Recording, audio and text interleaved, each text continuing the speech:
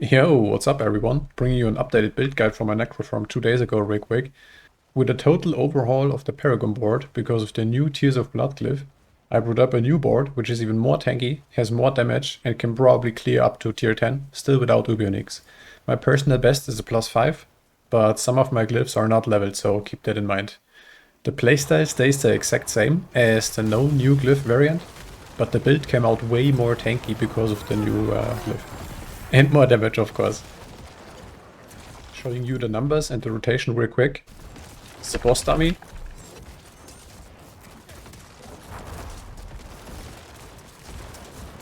There's a 110k attack power right there. 96.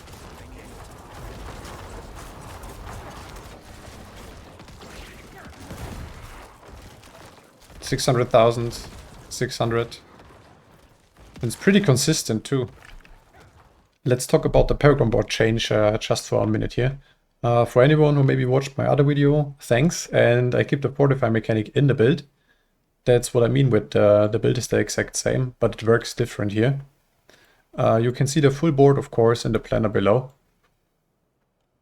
So the more base stats I skill, the more damage I get here. So preferably I want every single one of them.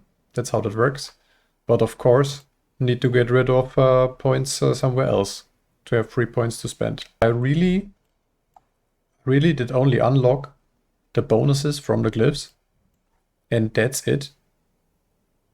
I tested this in several tier 100 now, and also in like the new dungeon, and this seems to be the way to go. Okay. I maxed this out completely. So I have the minimum requirement to unlock the bonuses from those. Then I have enough points to completely max out the new one. And I have enough points to completely max out exhumation for like the DoT damage, right? Yep, like that's the change in the board. Everything else stays the same, exact same playstyle, exact same feeling when playing the build. Right, stacking up shadow damage and like all the good stuff. Also, if you look closely, I could put more points in a lot of 2% life nodes, right? I had that in the beginning, but then I realized 2% life is actually not much. So when I max out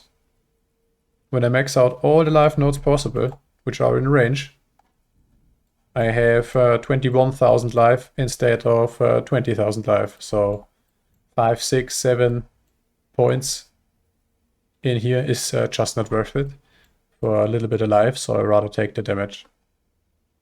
I run exploit here as the first glyph, but it's just a placeholder for Territorial.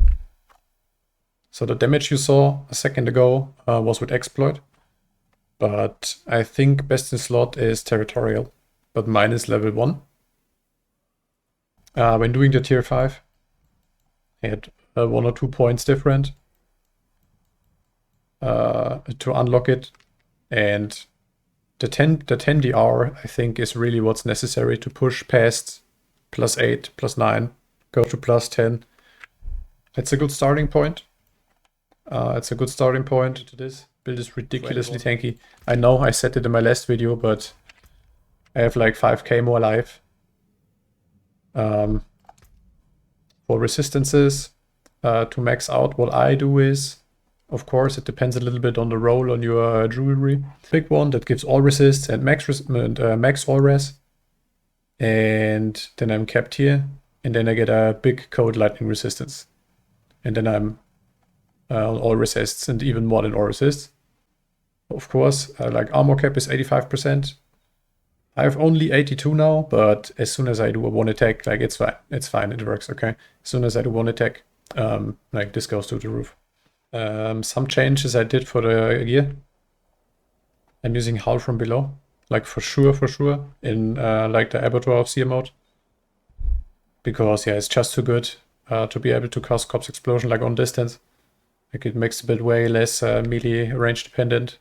because sometimes you cannot just enter a room in there or face tank everything. So yeah, it's really, really good. Also boosts the damage by 40%. And also in upper dwarfs here, like casting Corpse Explosion like all the time to get the most benefit out of it, to reduce the cooldowns. Really, really, really good. So, but I don't have the aspect no more that makes a Bonestormer Shadow skill, right? I have this on the ring instead. So I eventually got rid of X-File.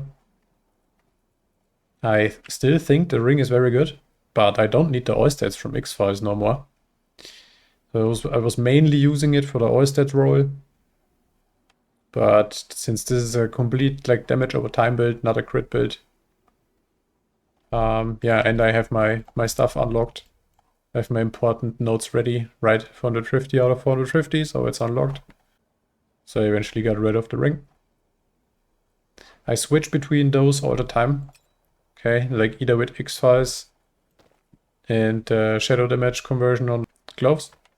But yeah, I always go back to this. And whenever I successfully clear the Iberdwarfs here, I was using this setup, right? Everything else is in the planner for you guys. Or you can also watch my latest upload video. There it is, guys. My ultra tanky Shadowmancer for the new Diablo 4 game mode Arbor for Overseer. Thanks for watching and have a nice day, guys.